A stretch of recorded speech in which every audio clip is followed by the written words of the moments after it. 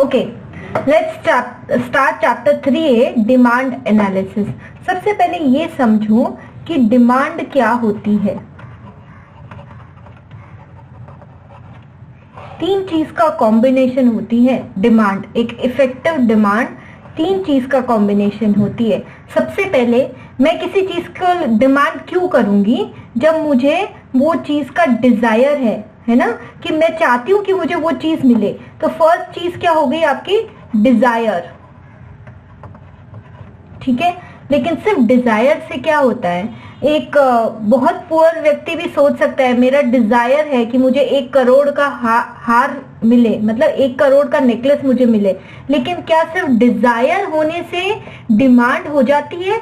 नहीं, सिर्फ डिजायर होने से डिमांड नहीं होती।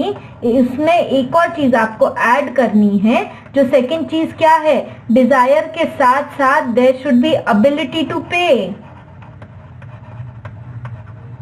एबिलिटी टू पे मतलब मेरा मन तो है वो चीज खरीदने का, डिजायर तो है और मेरे पास पैसा भी है, मैं उसको पे करके वो चीज ले सकती हूँ, खरीद सकती हूँ, इतना मेरे पास क्षमता है।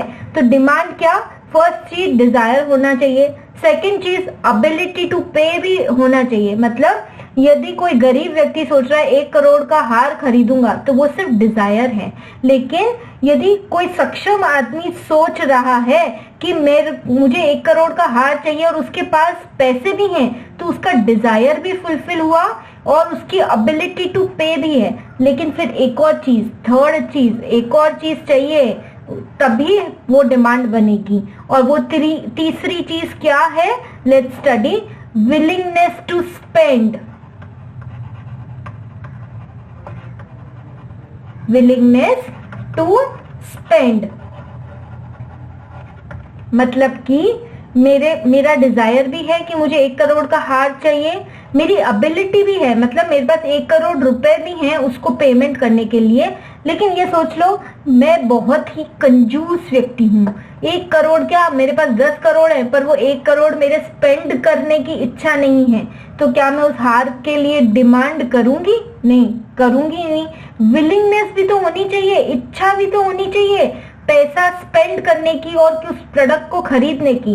तो इफेक्टिव डिमांड कब बनती है, बहुत बहुत इंपॉर्टेंट। इफेक्टिव डिमांड 3 चीजों को मिलाकर बनाई जाती है, दैट इज डिजायर, मतलब मेरी इच्छा है किसी चीज को खरीदने की, मेरी क्षमता भी है उसके लिए पेमेंट करने की, एबिलिटी टू पे, और मेरा मन भी है कि मैं उसके लिए पैसा खर्चूं, willingness to spend. So when these 3 things come together, then only a person will demand something. Okay? Otherwise, effective demand नहीं होगी।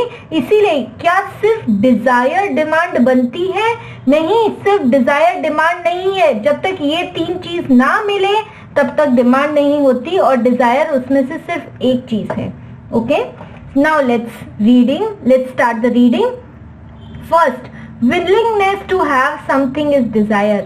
इच्छा कि अरे मुझे ये चाहिए, willingness to have something is desire. Second, only those desires backed with purchasing power are called demand.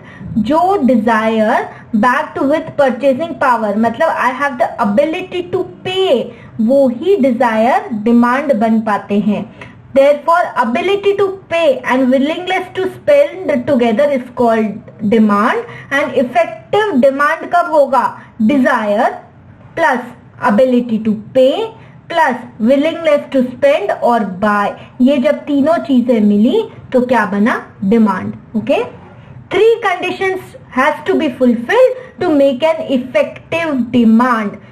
बोलो मेरे साथ, फर्स्ट चीज क्या, डिजायर इच्छा, that is willingness to have something.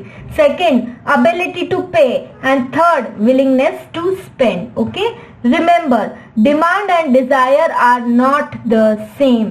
Demand और डिजायर एक ही चीज नहीं होते। Demand and desire are not the same.